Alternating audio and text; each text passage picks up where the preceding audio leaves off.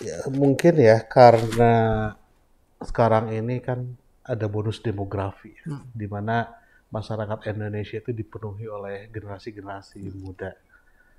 Ya, saya melihat generasi muda sekarang ini bagus, Pak Pen.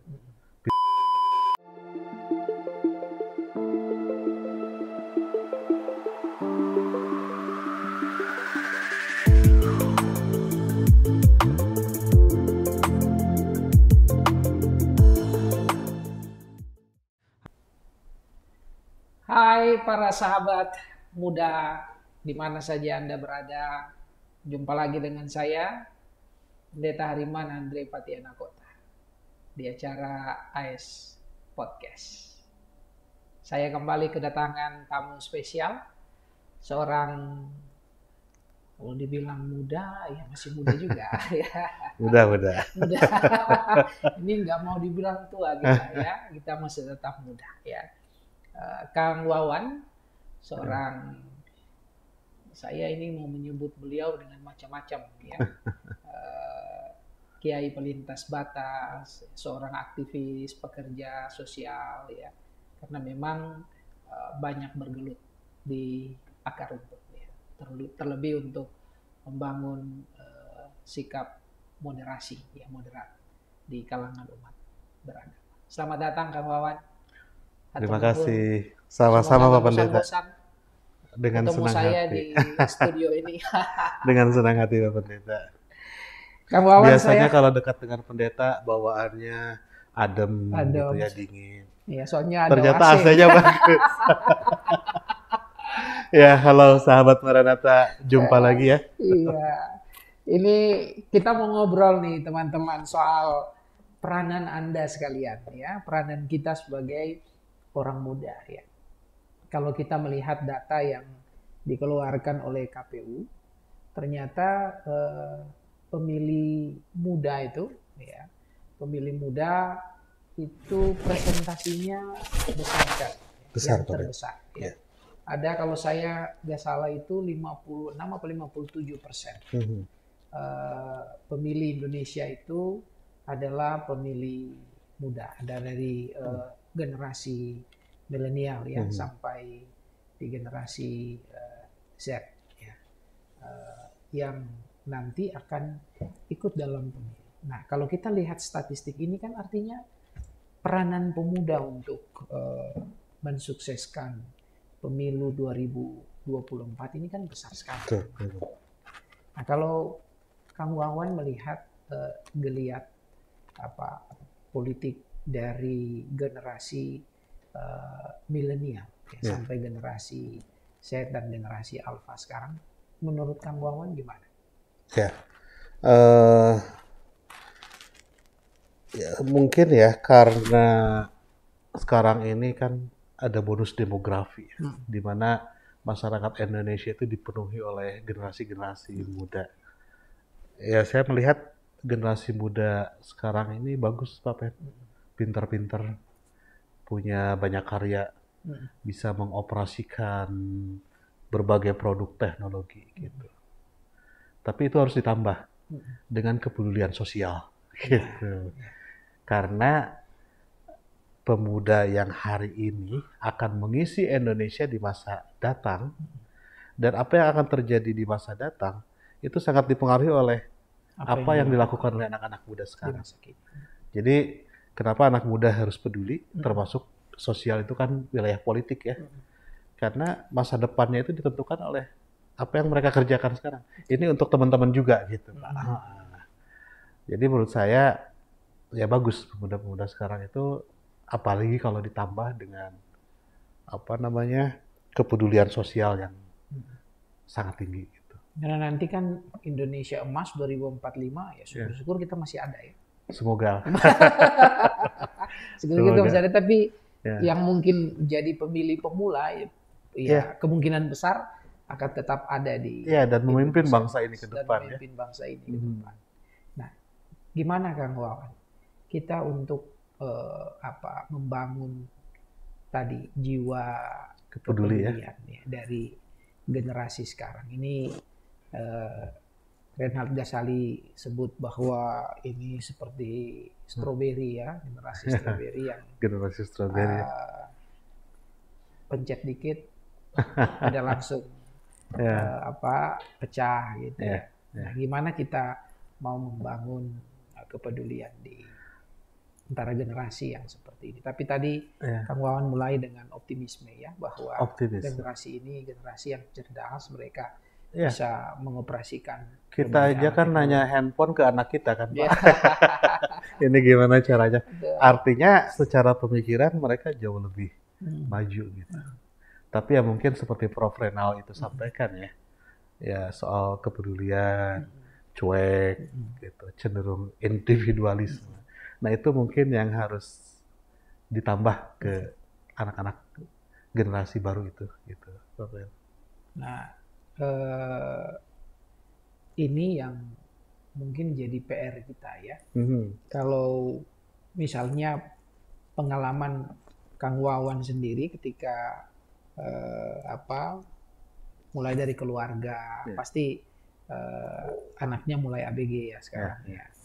Atau di Jakatarup ya. Atau di Jakatarup tadi ya, yang mereka kreatif sekali kan anak-anak Jakatarup dengan cara mereka untuk membangun kesadaran masyarakat mengenai pentingnya membangun toleransi ya, kebebasan beragama dan seterusnya. Nah, pengalaman Kang Wawan bersama dengan mereka yang barangkali juga bisa dibagikan supaya teman-teman muda ini terinjeksi lah ya, lalu kemudian bisa menghidupi itu mungkin dalam konteks lain. Kalau Jakatarup bergelut dalam isu sosial keagamaan ya, toleransi ya, mungkin ada yang mau menghidupinya dalam dunia politik atau ekonomi seperti apa ya?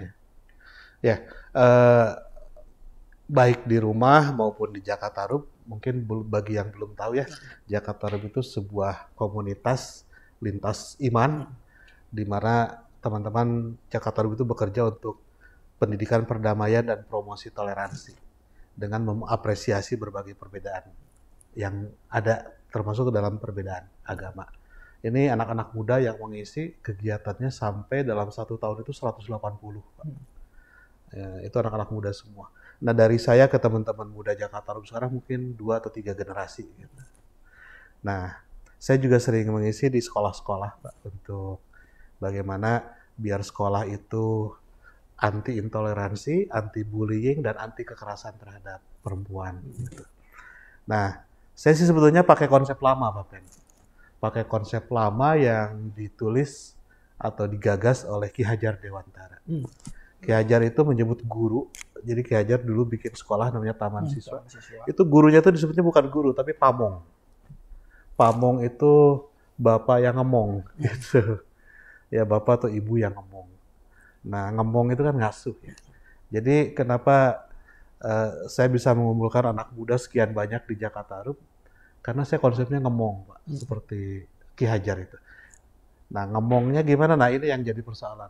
Yang ngomongnya kita berpikir kemudian menyelami bagaimana anak-anak muda itu bekerja. Gitu. Kayak sekarang bukan zamannya lagi Pak Pen, kita bikin program, kemudian mereka yang menjalankan. Tapi brainstorming, open menu terhadap program. Apa yang menurut teman-teman perlukan? Apa yang menurut teman-teman butuhkan? Jadi mereka yang bicara, mereka yang membutuhkan, mereka yang menginginkan, dan mereka yang mengeksekusi. Sehingga mereka punya perasaan kepemilikan yang besar terhadap program tersebut. Gitu. Nah dalam konteks pemilu mungkin kita harus menerapkan begitu juga. Kita harus ajak anak-anak kita masuk ke dalam sebuah percakapan dalam rangka kita ngomong itu Pak. Jadi ya itu, membangun kepemilikan bahwa Indonesia itu punya kamu loh. Gitu. Indonesia itu nanti ada di tangan generasi kamu. Jadi kalau kamu hari ini tidak terlibat dalam proses keindonesiaan, nanti kamu ke depan jadi tamu di Indonesia gitu. Makanya harus terlibat dalam menyelesaikan masalah-masalah sosial, harus terlibat dalam proses politik gitu ya, dan seterusnya. Karena kalau Indonesia salah dalam menentukan pemimpin di masa pemilu ini, kemudian Indonesia jadi prestasinya menurun, nanti kan berpengaruh juga terhadap masa depan. Nah, jadi membangun sense belonging gitu. Betul. Dan kalau kita lihat sejarah kita kan sebenarnya yang selalu membawa perubahan itu kan orang-orang muda. Iya, orang muda. Bahkan berbagai prestasi itu selalu kan diciptakan Orang oleh orang muda ya. Di dunia olahraga, ya, di dunia Dalam makanan juga begitu, Pak. makanan. Es kelapa muda, sate kambing muda gitu ya. Dan yang memang Jadi yang muda muda itu punya imajinasi gitu. Ya, harus membangun percakapan agar mereka merasa memiliki Indonesia dengan segenap jiwanya gitu. Dan itu ditentukan oleh strategi kita membangun storytelling, Pak. Gitu. Mungkin ya, kita juga generasi kita ya, begitu mencintai Indonesia karena cerita ayah ibu kita kan, Betul. tentang fabel, tentang asal usul Danau Toba gitu, tentang asal usul pantai mana gitu. Nah, tapi karena zamannya sudah berbeda ya, tantangan berbeda. Nah, di situ kita harus berpikir. Tadi yang Pak Pen bilang itu PR kita. Nah, seharusnya mereka yang punya PR karena mereka yang sekolah, tapi sekarang kita yang punya PR. Gitu, Pak Pen.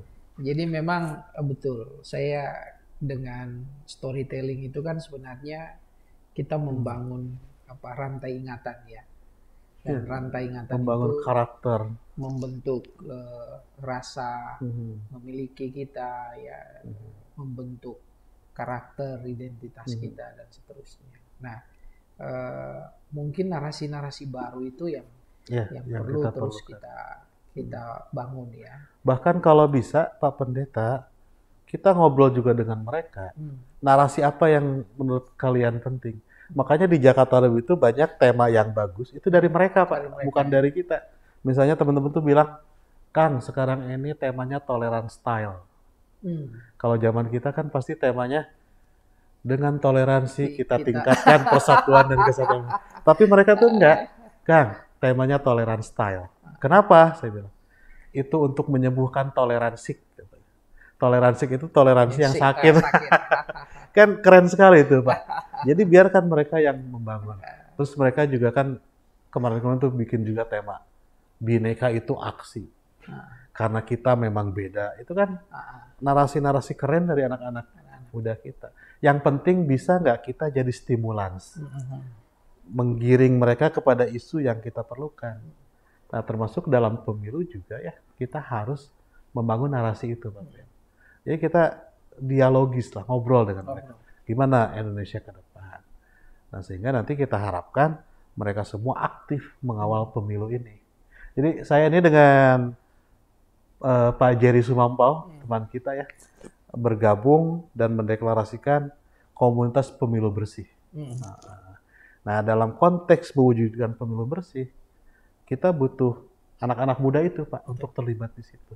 Gitu. Kemarin saya hadir juga di acara yang diinisiasi sama Gerakan Kemanusiaan Indonesia. Ini salah satu organisasi sayap lah ya dari Gereja Kristen Indonesia. Jadi singkatnya GKI juga. Gerakan Kemanusiaan Indonesia. Mereka bikin gerakan pemilu asik. Ayo nyoblos pemilu asik gitu. Nah itu Pak, bedanya dengan yang dibikin oleh Jerry Sumampau, karena Jerry orang tua ya, komunitas pemilu bersih. Tapi di situ kan gerakan pemilu asik itu udah beda, walaupun tujuannya sama. Nanti kita kapan-kapan sapa Bung Jerry ya. Bung Jerry nanti kawan-kawan kita bicara lagi di sini. Pemilu asik ya memang, dan kita itu kan langsung tagline-nya tuh kan enak sekali ya. Pemilu biasa orang bayangin sebagai sesuatu yang nanti ada gontok-gontokan, bahkan bisa sampai kekerasan. Tapi padahal kita bilang pemilu itu pesta demokrasi gitu ya. Kalau pesta ya kan harusnya gembira, asik gitu ya. Dan itu anak-anak muda yang terlibat juga. Kalau bentrok namanya perang bukan pesta. Iya Pak, anak muda kita itu apapun tagline-nya ya, memang harus kita dorong agar mengikuti semua proses pemilu itu, Pak. Apalagi dengan kapasitas anak muda yang tadi saya bilang itu jauh lebih pintar, menguasai teknologi. Jadi kalau misalnya ada caleg yang track recordnya jelek, calegnya itu korupsi gitu ya, calegnya itu melakukan kekerasan seksual, calegnya itu misalnya apa kampanye SARA, itu anak muda itu dengan berbagai mekanisme dia bisa menjelaskan ke teman-temannya nggak usah pilih yang seperti itu gitu. Jadi ya kita harus optimis bagaimana mengelola anak muda itu untuk terlibat aktif dalam pemilu. Kita dorong gitu. Apalagi dengan kemampuan mereka menguasai teknologi kan, Digital, ya bisa efektif untuk melakukan pemantauan kan, betul betul. membuat program yang kemudian bisa sama-sama kita pantau pemilu supaya yang tadi Bung Jerry bilang pemilu bersih Iya itu betul betul. betul-betul bisa bersih gitu Kalau ya. pemilunya bersih, pemilunya jadi asik ya. Gitu. Kalau pemilunya bersih ya Iya. pasti jadi asik ya, hasilnya ke depan juga jadi asik. Jadi memang peranan orang muda itu banyak sekali ya. Sangat penting bisa- dan strategis itu, Sangat Pak. penting dan strategis. Dia bisa menjadi jembatan Betul. ya untuk generasi yang di atasnya, tapi juga generasi di bawahnya ya. Iya. Bisa menjadi jembatan antara elit dengan Iya, dengan rakyat, masyarakat awam gitu ya, ya. rakyat gitu. Dan juga punya kapasitas Dan untuk punya kapasitas. tinggal masalahnya mau atau enggak. Oh, atau enggak. Nah, itu yang harus kita dorong. Jadi kita dorong ya. Itu harus kita dorong. Karena kita di Indonesia, kita ini kan orang Indonesia yang memang harus punya kepedulian dan tanggung jawab. Itu harus kita sampaikan ke anak-anak muda. Iya. Karena kepedulian mereka di saat sekarang lah yang Akan menentukan menentukan Indonesia ke depan. Indonesia. Dan itu Indonesia ke depan itu kan akan menjadi ruang mereka berinteraksi, ruang mereka menempuh karir, ruang mereka mewujudkan cita-cita gitu. Jadi jangan pakai alasan, wah bosan Sibuk lah, kuliah. sibuk kuliah atau politik mah kotor di Ya, Indonesia gitu ya, anti korupsi lagi ini lagi ya udah Itu malas karena lah. tidak kita kontrol. Karena nggak kontrol. Kalau anak-anak muda yang pintar itu bisa mengontrol mereka misalnya ya, itu orang-orang yang mau korupsi juga takut. Betul. Jadi sebenarnya nggak usah buat-buat alasan lah ya. Betul. Ya. Ya harus peduli terhadap masa depan karena itu milik kita masa depan. Betul. Gitu. Kalau masa lalu itu ya bukan milik kita lah. Ya, masa lalu itu tetap jadi tumpuan ya, tapi ya kita harus bisa bicara masa lalu, masa kini dan masa depan. Kalau istilah Sundanya bihari, kamari, kiwari. Gitu. Masa lalu menentukan masa kini dan masa kini akan menentukan masa depan. Ya. Jadi kita bisa belajar dari pengalaman yang sudah-sudah ya. Ada dulu kotor, betul. Sekarang kita bersihin gitu. Ada Sajako S. Rendra, itu Rendra bilang gini, kemarin dan esok adalah hari ini. Gitu. Itu masa lalu dan masa kini, masa lalu dan masa yang akan datang itu berjumpa di masa kini. Iya. Jadi penting juga Pak Pen ya dalam menghadapi tahun politik ini di 2024 ini.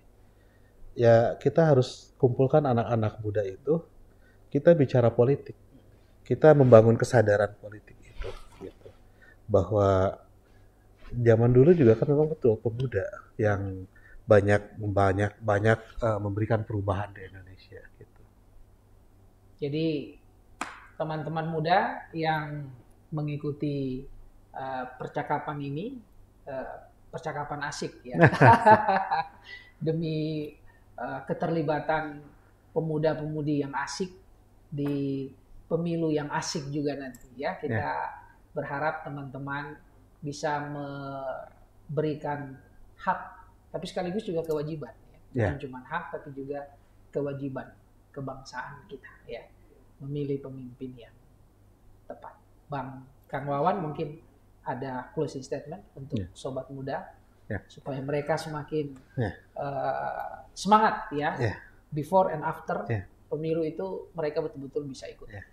Ya, sahabat-sahabat muda Maranatha khususnya dan sahabat muda Indonesia pada umumnya, untuk kepentingan kita bersama, untuk masa depan kita bersama, mari kita awasi pemilu ini sejak sekarang, sejak dalam prosesnya, kemudian dalam pelaksanaan hari H, dan setelah itu jadilah pemuda yang kritis, yang bersama-sama membangun Indonesia ke depan. Kalau ada di masyarakat perbedaan pilihan politik, jadilah pelerai, jadilah juru damai, bahwa apapun perbedaan politiknya tetap semuanya bertumpu kepada satu tujuan, Indonesia yang lebih hebat. Tetapi kalau ada calon yang sudah mulai kampanye SARA, kampanye atas nama agama, dari sekarang delete saja. Delete saja ya. Pilihlah pemimpin-pemimpin yang betul-betul cerdas secara intelektual, tapi juga cerdas secara moral, punya integritas dan rekam jejak yang baik.